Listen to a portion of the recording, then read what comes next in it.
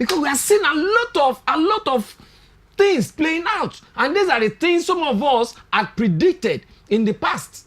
But the action of the presidency in relation to the invasion on Tuesday, yes, isn't that democratic enough? The action of who? The action of who? When you are talking of presidency, the wife of the president even said the other time that the presidency had been taken over by a cabal. Now, the president had been taken over by a cabal. Forget about what you are seeing. You see, when it comes to situations, there are situations you can see directly and then assess. There are some situations you cannot see, but you will feel. Those ones, it's not everybody that can feel it. These are scripts that have been written before now. Okay, look at it. These people, they decide to go on recess. They now said, you are now saying, okay, you are passing this. Come around, look at this environment we have brought to you. Look at it. But they say, but why did they not pass this in before they went on recess? This budget has been given to you since when? Now, okay, then I say, okay, no problem. We will come around. And the leadership of the National Assembly called a meeting. When they were now about to sit, some other people were organizing something else.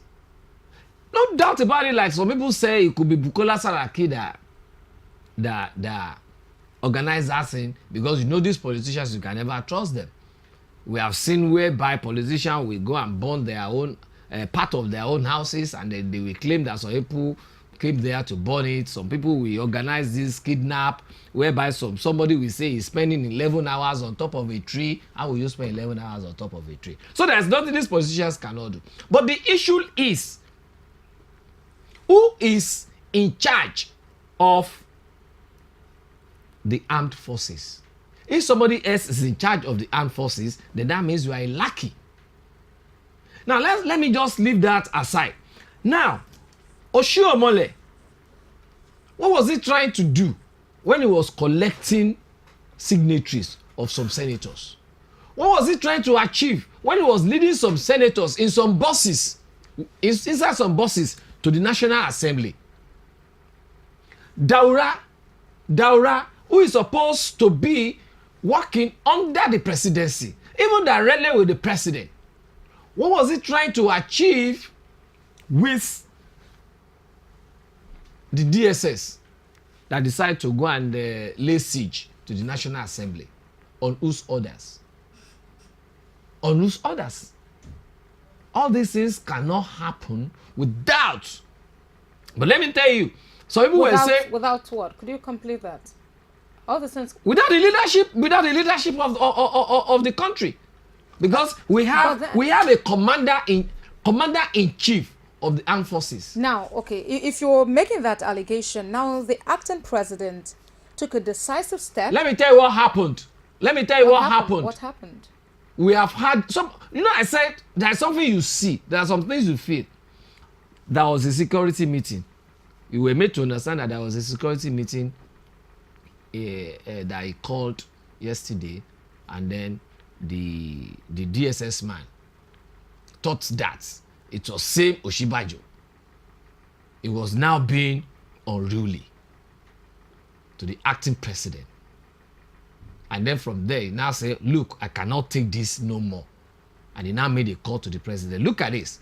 It's either I resign or this guy leaves. And you know the implication if Osinbajo should resign.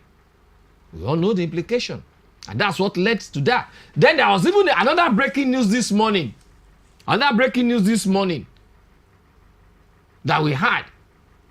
That down in their cubicle at Aso Rock, they're now saying this guy should be reinstated.